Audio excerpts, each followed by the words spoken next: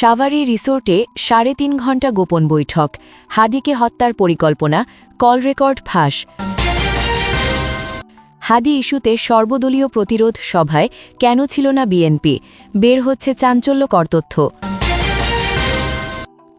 আরও জানব, হাদি হত্যাচেষ্টার নেপথ্যে কোটি টাকার কিলিং মিশন, মাস্টারমাইন্ড সাবেক কাউন্সিলর, জড়িত অন্তত ২০ জনের সংঘবদ্ধ গ্রুপ। আপনারা দেখছেন বাংলাদেশ পলিটিক্স। এতক্ষণ শুনছিলেন সংবাদ শিরোনাম, এখন শুনবেন বিস্তারিত।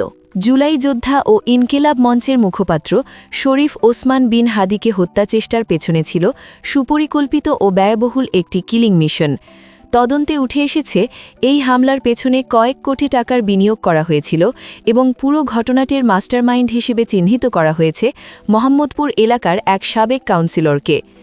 আইনশৃঙ্খলা রক্ষাকারী বাহিনীর অনুসন্ধান, তথ্যপ্রযুক্তির বিশ্লেষণ এবং গ্রেফতার আসামিদের জিজ্ঞাসাবাদে এসব চাঞ্চল্যকর তথ্য সামনে এসেছে। তদন্ত সংশ্লিষ্ট সূত্র জানায়, এই মিশন বাস্তবায়নে অন্তত ২০ জনের একটি সংঘবদ্ধ গ্রুপ বিভিন্ন দায়িত্বে কাজ করেছে। কেউ অর্থের যোগান দিয়েছে, কেউ অস্ত্র সংগ্রহ করেছে, কেউ হামলার আগে ও পরে লজিস্টিক সাপোর্ট দিয়েছে। হামলার পর শুটারদের দ্রুত নিরাপদে সরিয়ে নিতে কয়েক ধাপে যানবাহন প্রস্তুত রাখা হয়। এমনকি সীমান্ত পার হওয়ার পথ, নিরাপদ আশ্রয় এবং আইন শৃঙ্খলা রক্ষাকারী বাহিনীর নজর এড়াতে মোটরসাইকেলের নম্বর প্লেট পরিবর্তনের মতো বিষয়গুলোও ছিল আগেই নির্ধারিত পরিকল্পনার অংশ। তদন্তকারীরা বলছেন, এই ঘটনায় ব্যবহৃত শুটার গ্রুপ একক নয়, এমন আরও একাধিক শুটার গ্রুপ মাঠে সক্রিয় থাকতে পারে বলে আশঙ্কা করা হচ্ছে। সে কারণেই গোয়েন্দা সংস্থার চৌকস সদস্যরা একযোগে সন্দেহভাজন সন্ত্রাসীদের অবস্থান শনাক্তে মাঠে কাজ করছেন। তদন্ত সংশ্লিষ্ট একজন দায়িত্বশীল কর্মকর্তা যুগদন্তরকে জানান, ওসমান হাদিকে হত্যার লক্ষ্যে কয়েক কোটি টাকার বিনিয়োগের প্রাথমিক তথ্য পাওয়া গেছে। শুটার ফয়সালের বাসা থেকে উদ্ধার হওয়া একাধিক চেকেও তার স্বাক্ষর রয়েছে। এসব চেক মিশনের জন্য চুক্তিবদ্ধ অর্থের অংশ কিনা তা যাচাই বাছাই চলছে। এদিকে র্যাব রাজধানীর আগারগাঁও এলাকার কর্নেল গলি থেকে হত্যাচেষ্টায় ব্যবহৃত আগ্নেয়াস্ত্রের ২টি ম্যাগাজিন এবং ১১ রাউন্ড গুলি উদ্ধার করেছে। র্যাব জানায়, এসব ম্যাগাজিন ও গুলি ফয়সালের বোনের বাসার নিচে ফেলে দেওয়া হয়েছিল, সেখান থেকেই সেগুলো উদ্ধার করা হয়। হামলার ঘটনায় আরেকটি গুরুত্বপূর্ণ অভিযানে নরসিংদীর তরুয়া বিল থেকে একটি পিস্তলসহ বিপুল পরিমাণ গোলা বারুদ উদ্ধার করা হয়েছে। এই অভিযানে মোহাম্মদ ফয়সাল নামের এক ব্যক্তিকে আটক করা হয়।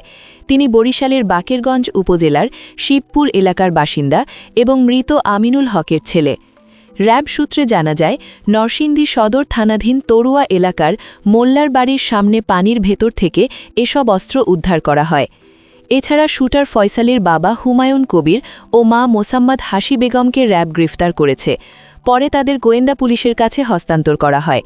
রিমান্ডে জিজ্ঞাসাবাদে তাদের কাছ থেকে গুরুত্বপূর্ণ ও চাঞ্চল্যকর তথ্য পাওয়া গেছে বলে জানিয়েছে তদন্ত সংশ্লিষ্ট সূত্র।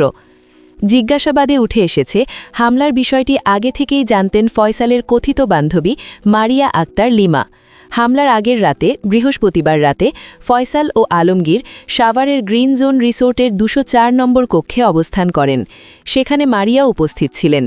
ওই রাতে ফয়সাল তাকে বলেন, কাল এমন কিছু হবে, সারা দেশ কাঁপবে।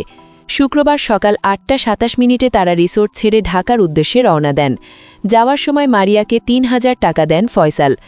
রিসোর্টের ম্যানেজার রফিকুল ইসলাম যুগদন্তরকে জানান, সিয়াম নামের এক কর্মচারীর মাধ্যমে তারা ৪,০০০ টাকায় রুমটি বুক দেন। গ্রেফতার আসামিদের দেওয়া তথ্যমতে হামলার সময় ব্যবহৃত মোটরসাইকেলের নম্বর প্লেট ভুয়া ছিল।